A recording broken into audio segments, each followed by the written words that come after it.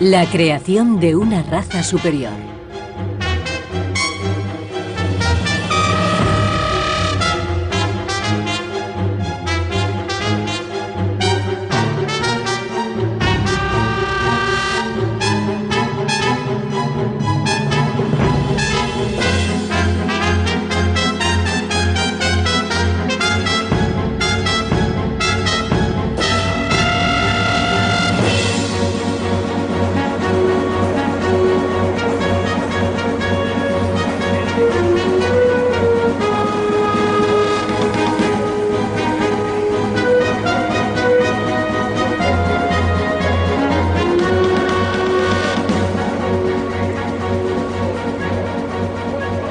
Plaza de la Revolución es el nombre de esta estación de tren del centro de Moscú. Su nombre conmemora la Revolución Rusa de 1917.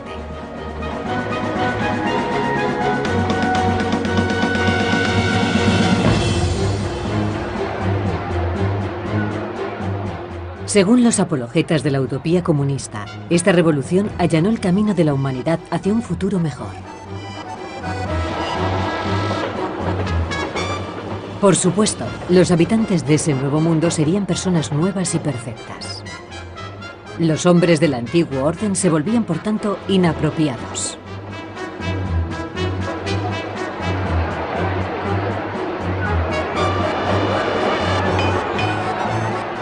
Por eso había que crear un nuevo ser humano, y cada hombre debía ser un revolucionario.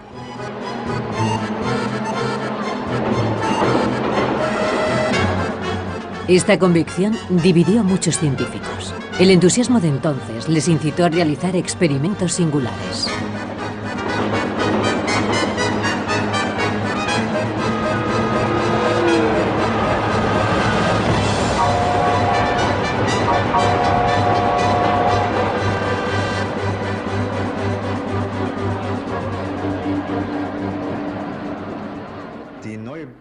El nuevo gobierno bolchevique sobrevivió a grandes problemas. Debían catapultar a un país pobre y subdesarrollado hacia el siglo XX y hacia la era de la tecnología. Los bolcheviques utilizaron la tecnología y la ciencia como medios para solucionar todos los problemas que embargaban a Rusia. La ciencia, junto con la tecnología, que tenía algo de mágico en aquellos tiempos y que ya había obtenido grandes logros, servirían para crear esos nuevos hombres.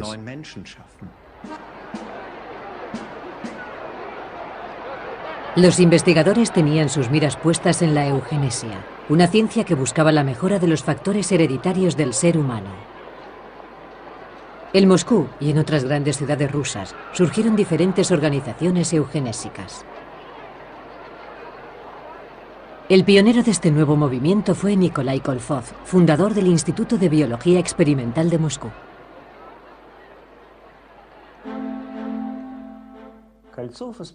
Kolzov consideraba la eugenesia como una de las tareas pendientes en la evolución de nuestra especie. Según sus teorías, no solo se podría crear un Homo sapiens, sino un Homo sapientissimus, un ser más inteligente capaz de acometer los retos de la Unión Soviética en los años 20. Los soviéticos necesitaban una técnica eugenésica apropiada para descubrir y desarrollar las mejores características hereditarias de los humanos comunes. Los pioneros de esta nueva ciencia presentían que sería útil durante mucho tiempo. Investigaban los árboles genealógicos de ilustres escritores e investigadores. Analizaban las enfermedades condicionadas genéticamente. Impartían cursos y distribuían revistas. Querían convencer al pueblo del valor de la eugenesia, ya que mediante la elección de la pareja y la procreación, uno podía perfeccionar su predisposición hereditaria. De esa manera se crearía una sociedad perfecta, constituida por seres perfectos.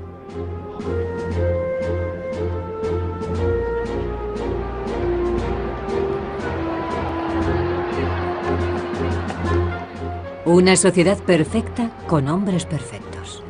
Para culminar este plan, se ensayaron numerosos métodos en los años 20. En la teoría de Alexander Bogdanov, revolucionario, médico y filósofo ruso, encontramos el camino más rápido y natural hacia una nueva sociedad, el intercambio recíproco de sangre.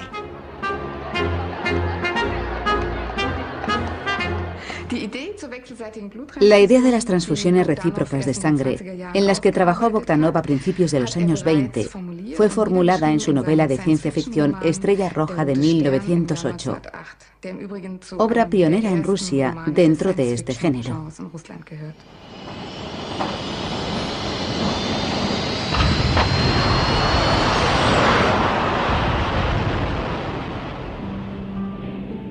La novela futurista habla de un revolucionario ruso que viaja a Marte, donde ha triunfado el comunismo.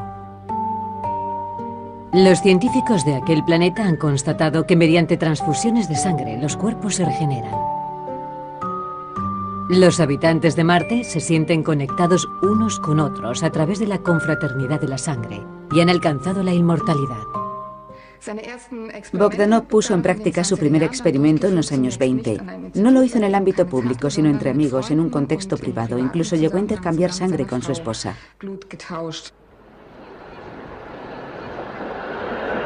Los encuentros de los primeros partidarios de las transfusiones de sangre levantaron las sospechas de la policía secreta. Bogdanov y sus seguidores fueron arrestados. Se demostró que no planeaban ningún asalto al gobierno bolchevique, así que fueron liberados. Y Bogdanov continuó con sus proyectos.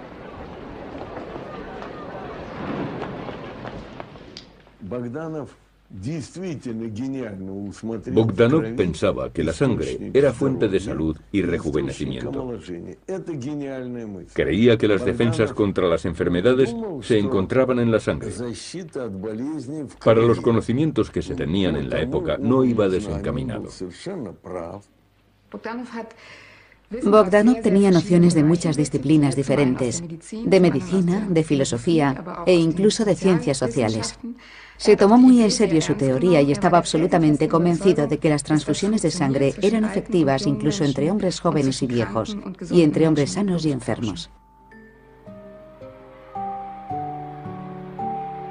Después de los primeros ensayos, Bogdanov estaba seguro. Había encontrado la forma de regenerar las células humanas. En la sociedad del futuro, viejos y jóvenes se harían transfusiones de sangre de forma permanente, dando lugar a una cadena biológica suprageneracional.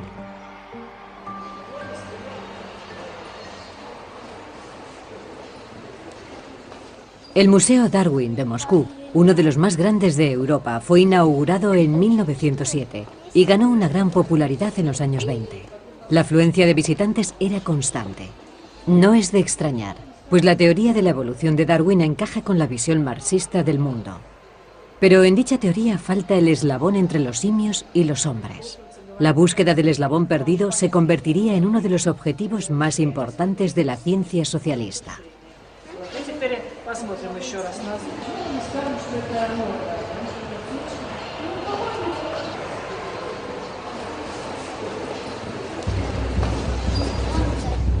En diciembre de 1924, el Consejo de Comisarios del Pueblo recibió una propuesta excepcional. El profesor Ilya Ivanov sugirió el cruce entre hombre y mono para crear un híbrido de aspecto humano.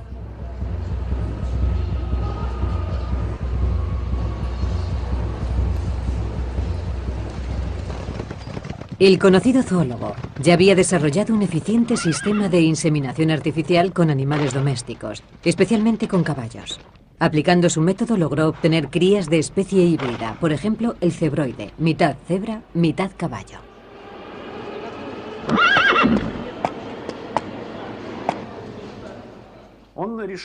Para Ivanov, el paso de la cría animal a la cría antropológica sería uno más en esta nueva rama de la ciencia. Si se podía inseminar a una vaca o a una yegua, también podría inseminarse a una mujer o a una hembra de chimpancé. Ivanov ya había pensado en cruzar un hombre con un simio antes de la revolución, pero en la época zarista no convenía hacer pública la idea. Temía ser condenado por la Iglesia, que entonces era muy influyente. En 1920, la Iglesia rusa se dividió. Era el momento perfecto para Ivanov.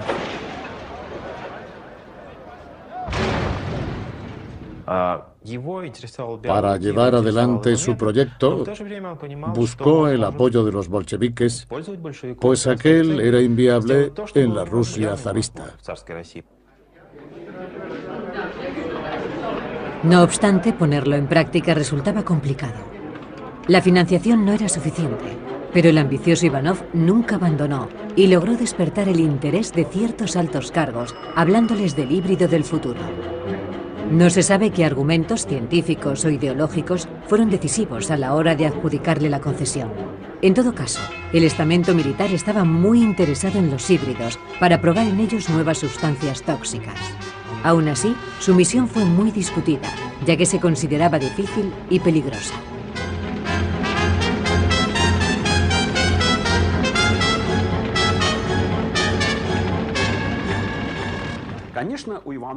Ivanov tenía un sueño sobre el que nunca habló. Probablemente soñaba con el premio Nobel, ya que si el experimento salía bien, se podría hablar de una revolución antropológica.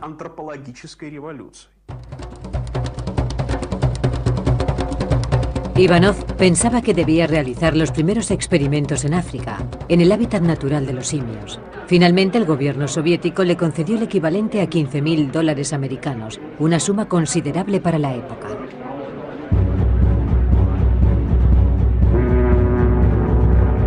Así pudo viajar a África. El Nobel estaba más cerca.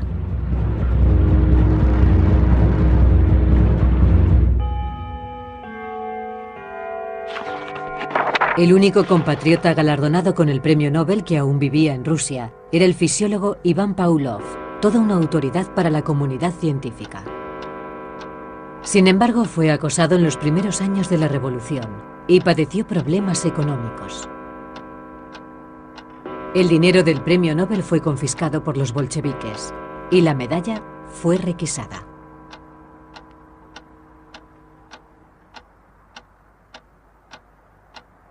Pavlov era muy crítico con los dirigentes bolcheviques. No era claro partidario de la revolución. Él representaba el orden y la disciplina. Y en Rusia reinaban el caos y el hambre después del levantamiento. Pavlov ni siquiera tenía leña para su laboratorio. Según él, ese hecho simbolizaba la barbarie que se estaba imponiendo en Rusia y amenazó con abandonar el país. En principio era una amenaza retórica, pero los soviéticos reaccionaron. Querían utilizar su prestigio y para ello debían lograr que permaneciera en Rusia, e hicieron cuanto pudieron para lograrlo. Lenin estableció una comisión especial encargada de publicar sus trabajos y de equipar sus laboratorios. Se lo concedieron todo. Querían dar a entender que un premio Nobel podía trabajar en Rusia. No obstante, eso no hizo que Pavlov se reconciliara con el régimen. En abril de 1924, mientras impartía un curso en San Petersburgo, criticó los métodos de Lenin, acusándole de mantenerse mediante el terror y la violencia. Pavlov pensaba que al someter a la gente al miedo y a la miseria, estaría germinando en su carácter la sumisión como acto reflejo. Esta era una declaración de peso. La teoría científica de Pavlov gozó del reconocimiento internacional. Pavlov se hizo famoso gracias al conocido reflejo condicionado sobre el que había investigado. Este es el condicionamiento. Por ejemplo, escuchamos la llamada al almuerzo y enseguida salivamos. Pavlov lo investigó con perros, corroborando que producían saliva. Estudió las condiciones en las que se producían determinados reflejos y cómo se podían anular. En sus investigaciones constató que mediante la combinación de diferentes factores se podía reprimir el libre albedrío innato en los perros y, a cambio, educar el sentido del miedo y de la sumisión. Algo parecido podría hacérsele al hombre.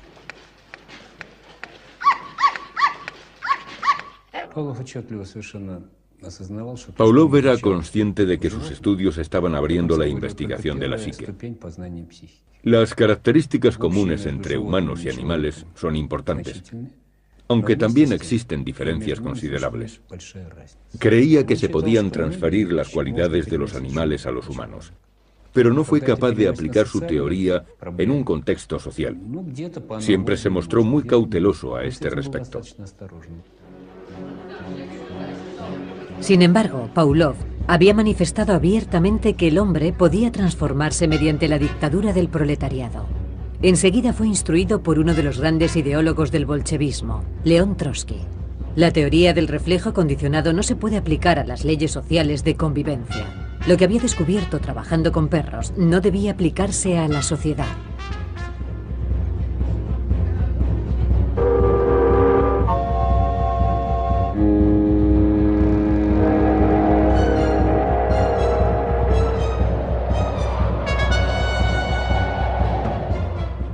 En enero de 1924, el Imperio Soviético está consternado. El fundador del Estado, Vladimir Ilich Lenin, ha muerto. La disputa sobre la creación de un nuevo ser humano quedaba en un segundo plano. A decir verdad, ya existía ese nuevo hombre en la Unión Soviética. Era Vladimir Ilich Lenin. Ahora viene la pregunta. Habíamos perdido a Lenin, pero ¿y el resto del partido? Echemos un vistazo a la élite política de entonces, los bolcheviques, que encabezaron la Revolución de Octubre. Todos presentan signos de envejecimiento prematuro.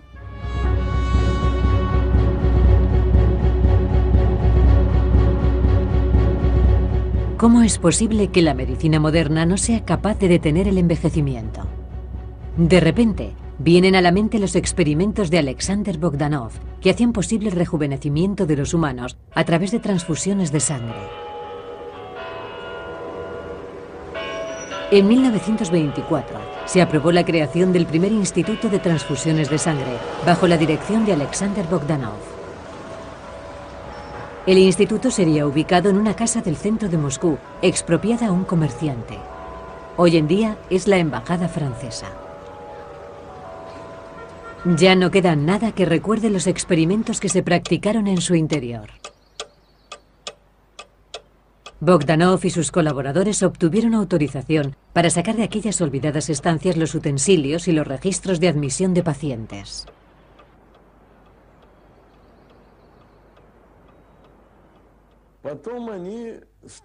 Empezaron por designar y clasificar los grupos sanguíneos, para lo cual tenían que desarrollarse primero las técnicas y metodología de las transfusiones.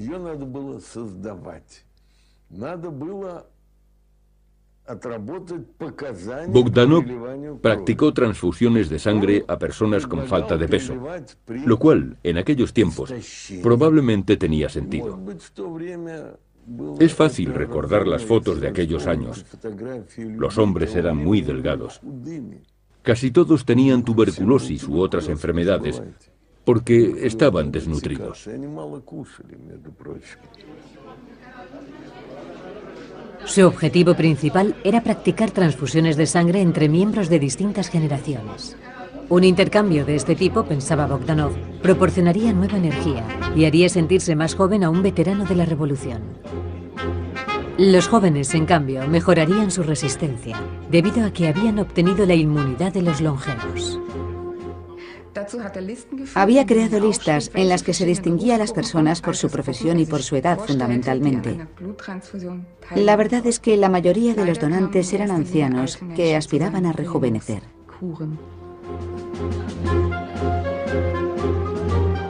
Conseguir donantes jóvenes no era sencillo. Corrían incluso rumores de que el instituto quería robarles la sangre a los jóvenes para resucitar a Lenin.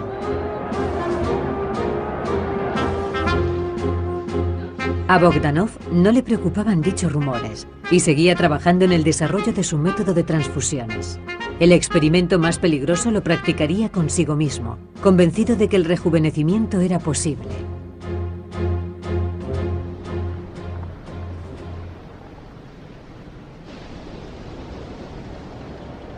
Otoño de 1926.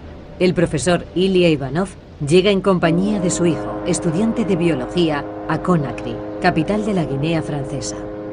Su primer objetivo era capturar algunos simios jóvenes para el experimento, pero no le resultaría tan fácil.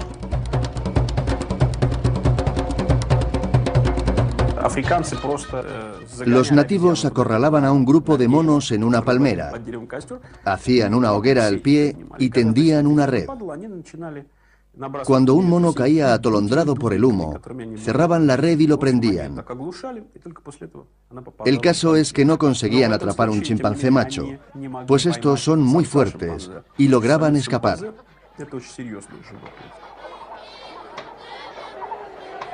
Tras muchas búsquedas infructuosas, consiguieron capturar un solo macho y 2 hembras. Ahora venía el segundo paso, la inseminación de una mujer indígena con el semen de un chimpancé macho.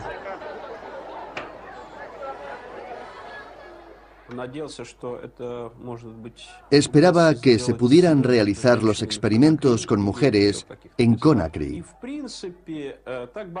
aunque entre las nativas no logró hallar voluntarias.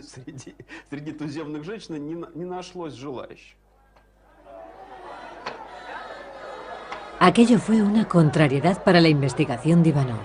Ahora solo podía dedicar sus esfuerzos a la inseminación de 2 hembras de chimpancé con esperma humano.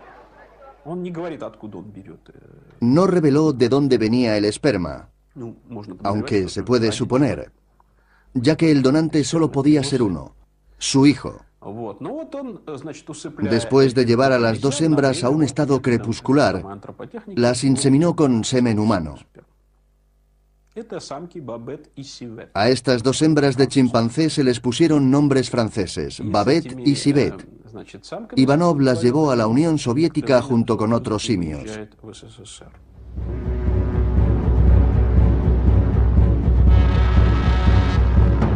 En el largo camino de vuelta a Rusia, murieron la mayor parte de los simios por viajar en condiciones deficientes y por las infecciones.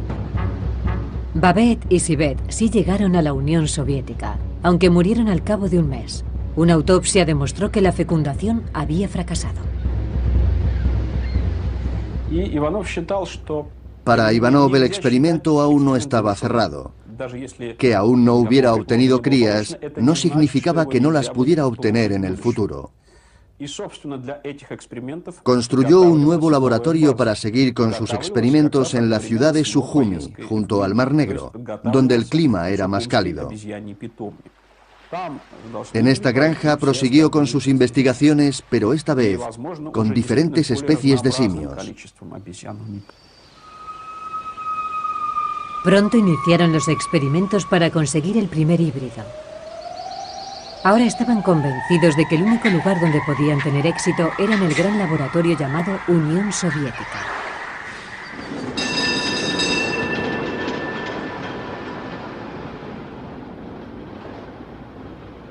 Moscú. El sueño de Alexander Bogdanov de una confraternidad de sangre a nivel universal parece muy cercano. El primer voluntario llegó al instituto el 2 de junio de 1926. En el transcurso de los años, sus colaboradores llegaron a realizar 200 transfusiones de sangre. Bogdanov se sometió a 11 hemodiálisis. Se llamaba a sí mismo Jefe Cobaya. Después de cada transfusión sentía un torrente de fuerza y salud.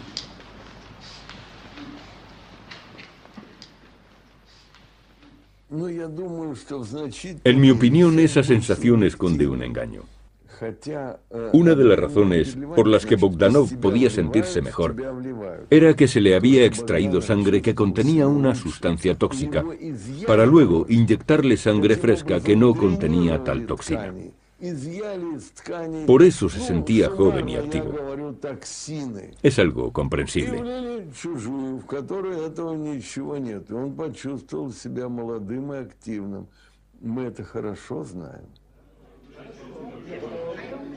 Al Instituto Bogdanov, entre tanto, acudían hombres jóvenes, estudiantes o trabajadores.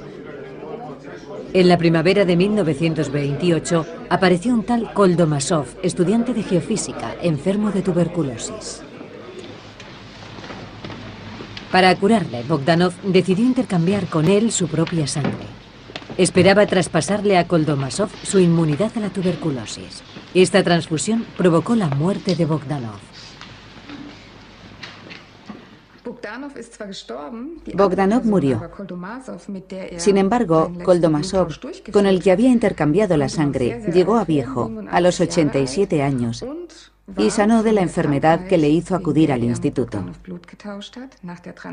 Esto quiere decir que las posibilidades de los intercambios de sangre aún se desconocían.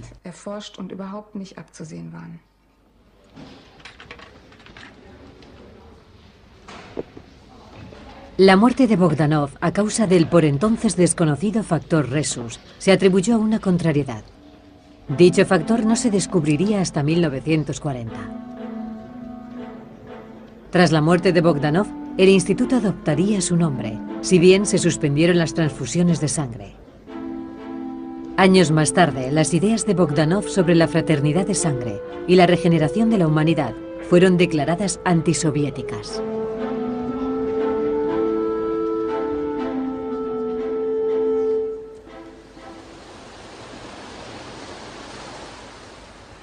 Sujumi.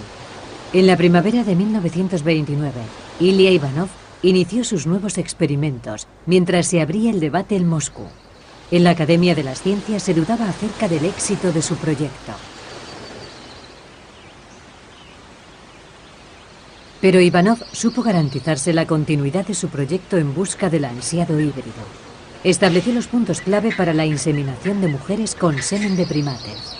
Con esa finalidad, llevó a la granja diferentes especies de monos, papiones, chimpancés y orangutanes.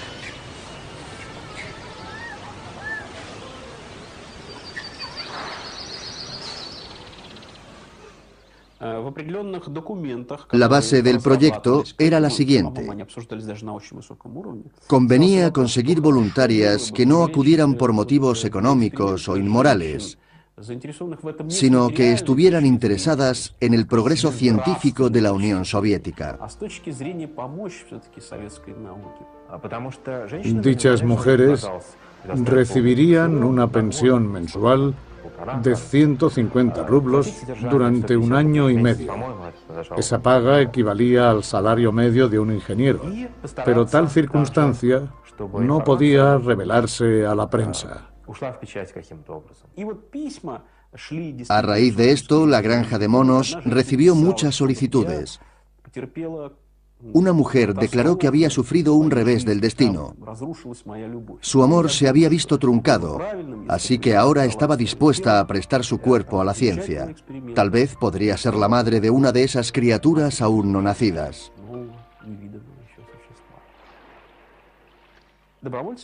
Surgieron numerosas voluntarias. Lo que no se había logrado en Guinea estaba consiguiéndose en Rusia.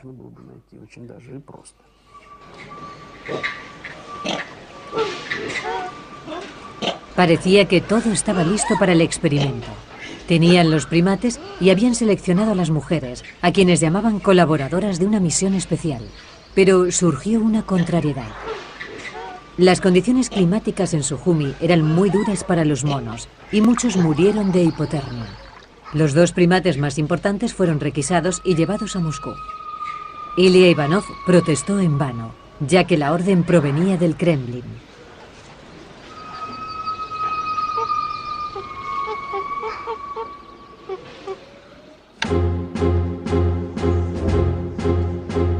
Habían sido reclamados para practicar unas intervenciones quirúrgicas.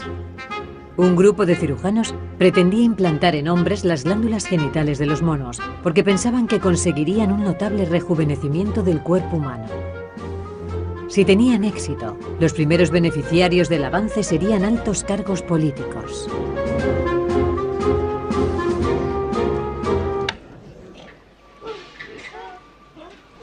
Ilya Ivanov solo conservó un ejemplar macho, un orangután llamado Tarzán, que también moriría al poco tiempo. A Tarzán le gustaban los huevos de gallina y consumía unos 30 o 40 al día. Murió de arterioesclerosis a la edad de 30 años aproximadamente. Ivanov tenía que esperar a que le trajeran más simios. A día de hoy no se sabe si Ivanov siguió haciendo experimentos. Existen 2 conjeturas. La primera es que Ivanov se marchó a Moscú ya que no llegaron más primates. La otra versión es que consiguió inseminar artificialmente a una mujer, pero no se produjo fecundación.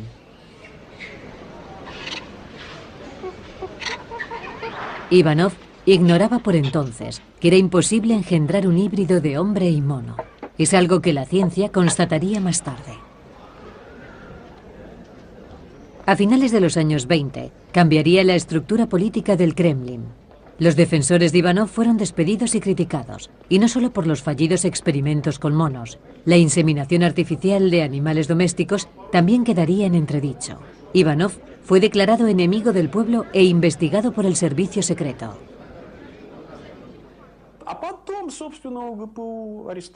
Ilya Ivanov fue arrestado, acusado de fomentar la instauración del capitalismo en la Unión Soviética.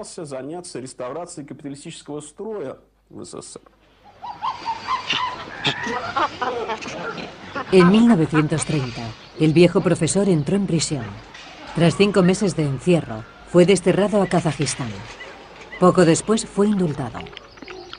Ivanov contemplaba la idea de regresar a Sujumi y continuar con sus estudios. Sin embargo, enfermó y murió a causa de una gripe.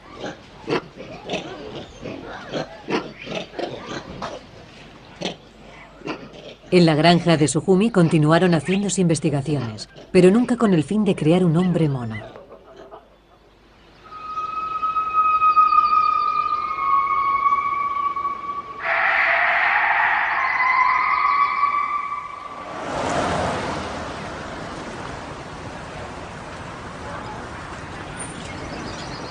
A mediados de los años 20, el Instituto de Biología Experimental de Moscú pasó a ser el centro de investigación de ciencias naturales, especializado en genética y eugenesia. En él se realizarían experimentos muy singulares. Por ejemplo, los científicos lograron cambiar de sexo a un gusano de seda, o trasplantar el corazón a una salamandra. El director del instituto, Nikolai Kolzov, prohibió los experimentos con humanos. Pensaba que los intentos por crear un hombre nuevo eran prematuros. Algunos estudiantes estaban dispuestos a intentarlo, como Alexander Serebrovsky, conocido por sus investigaciones en el campo de la genética con aves de corral. Era además defensor del método de inseminación artificial de Ivanov.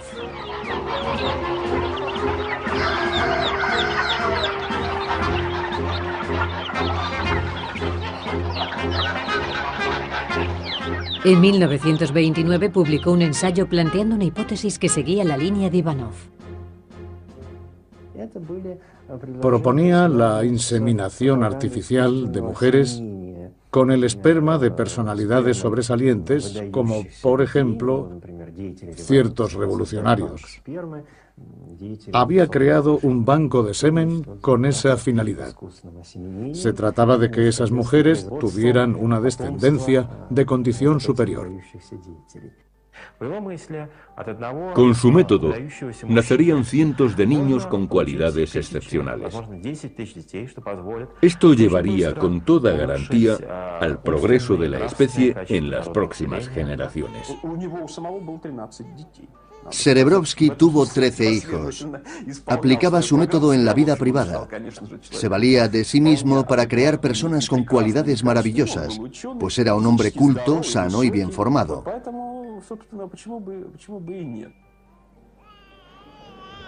Serebrovsky no tenía reparos morales.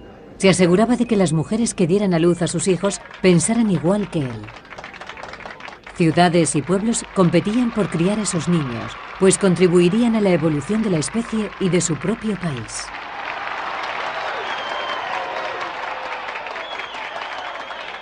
A mediados de la década de los 20, los postulados de Serebrovsky gozaban de cierto reconocimiento, pero en 1929 surgió una oleada de críticas. La eugenesia pasó a considerarse una ciencia reaccionaria.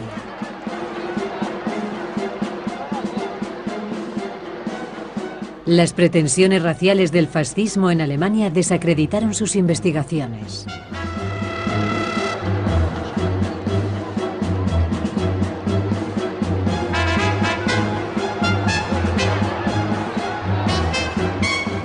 Pero el motivo principal de la prohibición de la eugenesia y demás investigaciones biológicas con humanos fue la nueva situación política.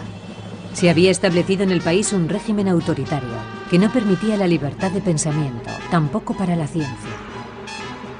Los experimentos de los años 20 pertenecían al pasado.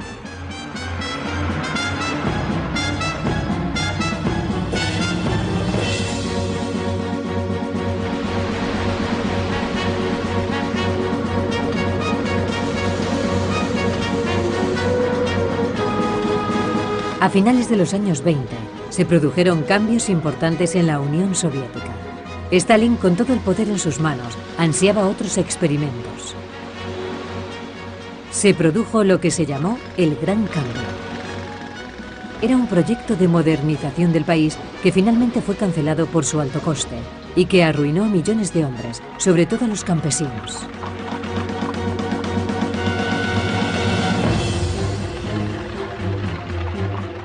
La creación de un nuevo hombre, no obstante, se incluía en su agenda, aunque el concepto pasó a tener otro significado. En la época de Stalin, el nuevo hombre tenía que ser un obediente ejecutor de la voluntad del partido. Nunca más se consultó a los científicos que habían pretendido perfeccionar la naturaleza humana. Ahora la creación de los nuevos seres era competencia exclusiva del Estado.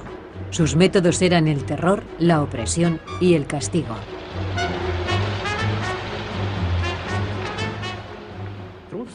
Los hombres eran diseñados para trabajar.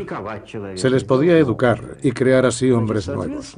Pertenecían a un sistema de engranaje, por lo que esa educación era fundamental.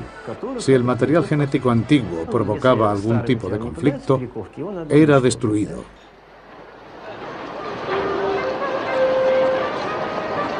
La propaganda stalinista divulgó el ideal de vida soviético. Sus conciudadanos habitaban el mejor país del mundo y los trabajos que se veían obligados a hacer en favor del socialismo eran una proeza honorable.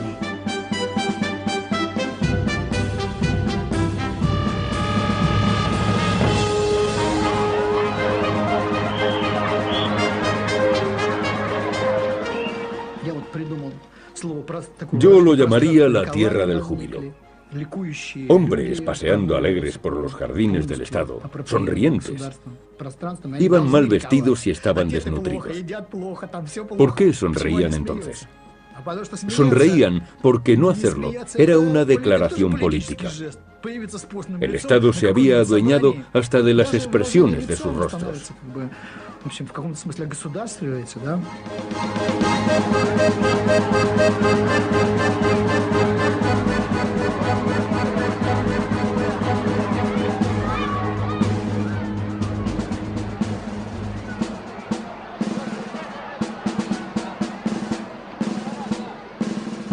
En la Unión Soviética se imponía una nueva actitud social que todos debían aprender.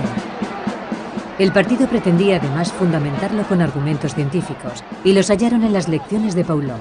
La formación del hombre venía dada por el entorno.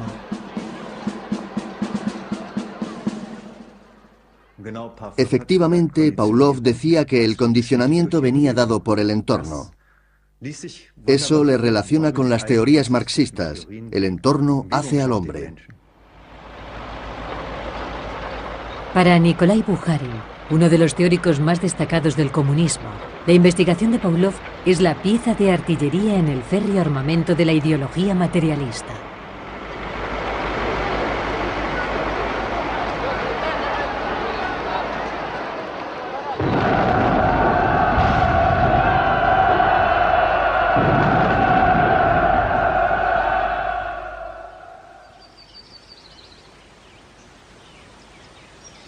En aquellos años, Pavlov vivía en un pueblo llamado Kolstutsky, en Leningrado.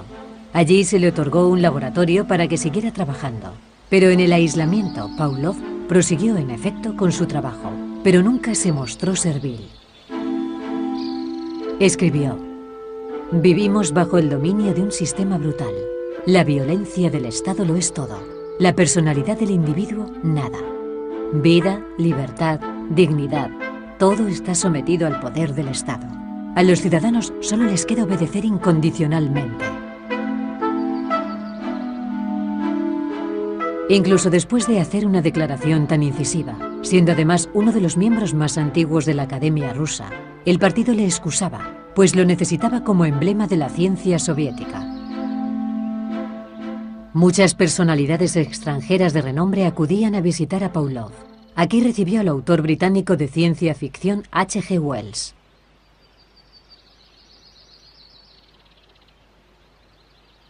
También recibió la visita del conocido genetista estadounidense y futuro premio Nobel Hermann Müller. En 1933, este se trasladaría a la Unión Soviética, donde se adscribió a la Academia de las Ciencias y dirigió un laboratorio en el Instituto de Genética de Leningrado.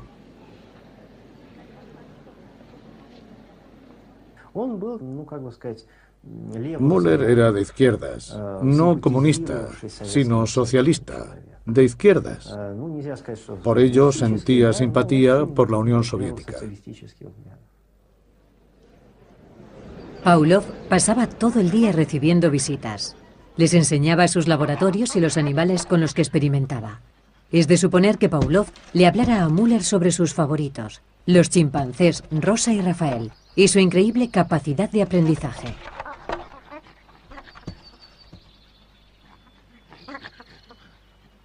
También es de suponer que Müller quisiera conocer la opinión de Pavlov acerca de la eugenesia, ya que en ese momento a él le entusiasmaba.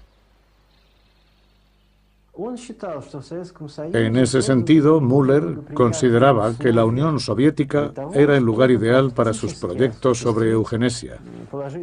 Su concepto era similar al de Serebrovsky: inseminación artificial, bancos de semen, etc.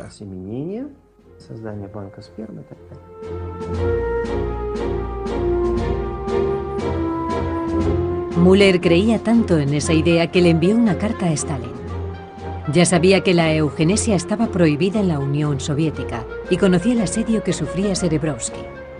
No obstante, esperaba convencerle de que esta ciencia contribuiría al triunfo del socialismo.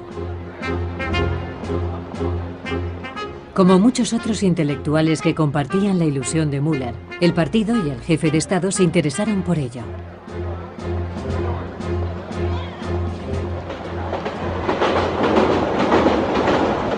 En agosto de 1935, más de 900 científicos de todo el mundo acudieron al Congreso de Fisiología de la Unión Soviética, celebrado en Moscú y Leningrado por iniciativa de Pavlov y con la aprobación de Stalin.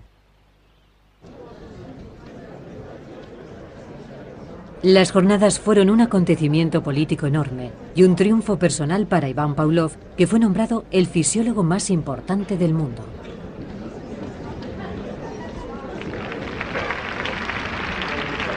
Pavlov clausuró las jornadas con un emotivo discurso.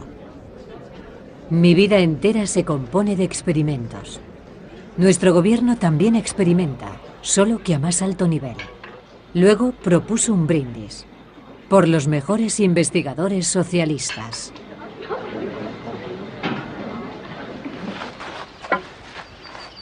Su actitud resultó confusa. Si antes criticaba sin piedad al poder soviético, ahora parecía dedicarle elogios de una forma sutil. Debemos tener una cosa en cuenta. Como ciudadano y patriota ruso, a Pavlov le indignaba que el país estuviese tan atrasado en aspectos como la ciencia, la industria o la tecnología militar. Él era un patriota. Y de repente observó que, bajo el mandato de Stalin, Rusia estaba cambiando. El ejército se fortaleció, Rusia era más poderosa, volvieron el orden y la disciplina y se destinaba más dinero a la investigación científica. Por eso Pavlov parecía mostrarse agradecido, reconocía al nuevo régimen y se declaraba a favor del nuevo gobierno. Pavlov celebraba la actitud del gobierno de Stalin con respecto a la ciencia. Se destinaba mucho dinero a fines científicos, obviamente más que antes de la revolución. Eso fue lo que unió a Pavlov con el régimen. No obstante, la actitud del partido hacia el individuo seguía siendo inaceptable. Pavlov seguía afirmando que el terror y la violencia no generaban más que miedo, docilidad y sumisión. Y ese era exactamente el objetivo del gobierno.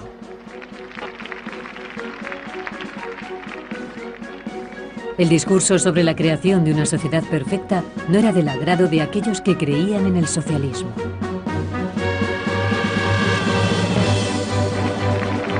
Hermann Müller, por otra parte, creía firmemente en la victoria final del bolchevismo, y así lo constató en la carta que envió a Stalin.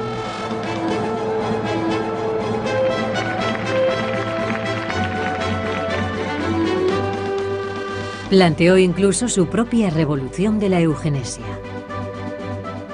Muchas madres del mañana que no se ciñan a un modelo de pensamiento religioso podrán unir su sangre con la de Lenin o la de Darwin con orgullo, y así regalar al mundo un niño que haya heredado las cualidades de estos hombres.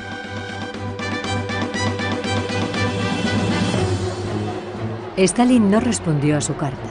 El dictador hizo caso omiso a las ideas del científico norteamericano.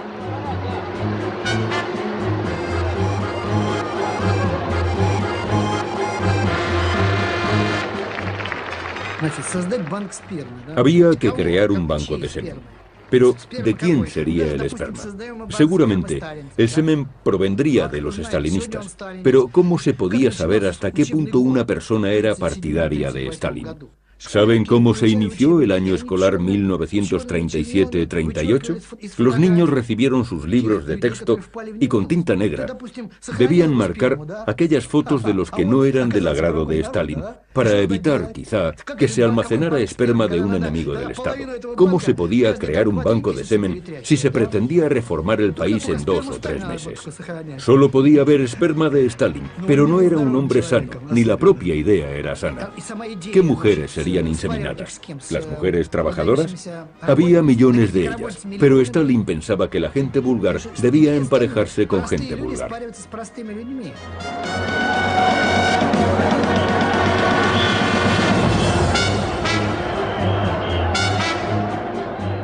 Agobiado por la represión, Müller abandonó la Unión Soviética en 1936. En años sucesivos, la mayor parte de los científicos soviéticos fueron víctimas del Gran Terror. El país, cuyo objetivo era crear un hombre nuevo, estaba aniquilando a los viejos. En febrero de 1936, Pavlov murió de pulmonía, rodeado por su familia y sus fieles alumnos. Fue enterrado con honores, como un héroe nacional. Su ataúd fue seguido por una comitiva de altos mandos militares y prestigiosos científicos. En la esquela se leía: su teoría se ha convertido en bandera de la ciencia soviética.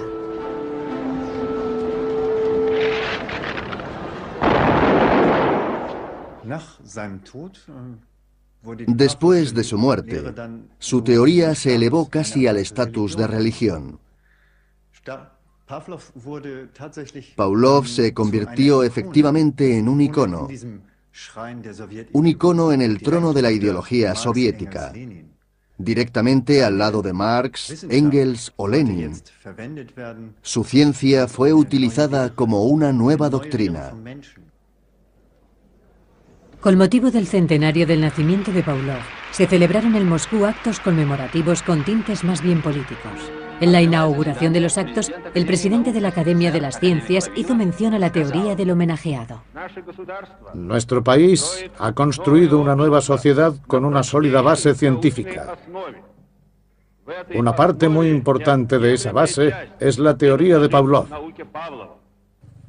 ¡Viva el caudillo y amigo del pueblo soviético, el gran Stalin, que nos ha traído el comunismo!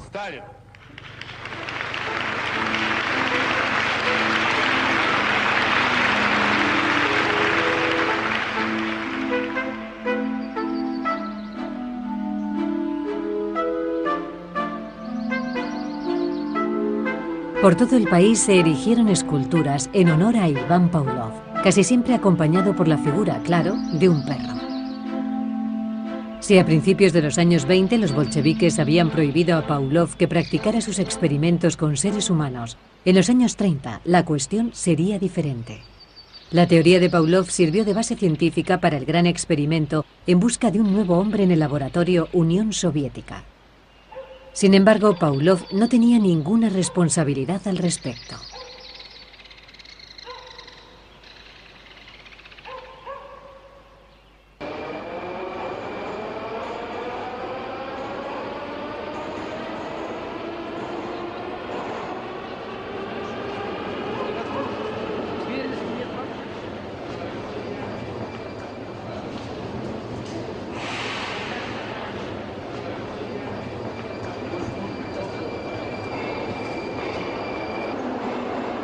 Hoy, el tiempo del totalitarismo soviético ha quedado relegado al pasado, aunque la herencia de esa época aún es palpable. En cierto modo es algo que perviven los antiguos ciudadanos soviéticos. Aunque la creación de un nuevo hombre fue un experimento fallido, los bolcheviques sí tuvieron éxito. Quienes nacieron y vivieron en el sistema socialista de la Unión Soviética lo sentían. El régimen soviético provocó en millones de personas un reflejo condicionado que aún tiene efectos en su personalidad. El resultado fue un ser que algunos denominaron Homo soviéticos. Cabe esperar que las futuras generaciones estén exentas de algunas de las particularidades que los definieron.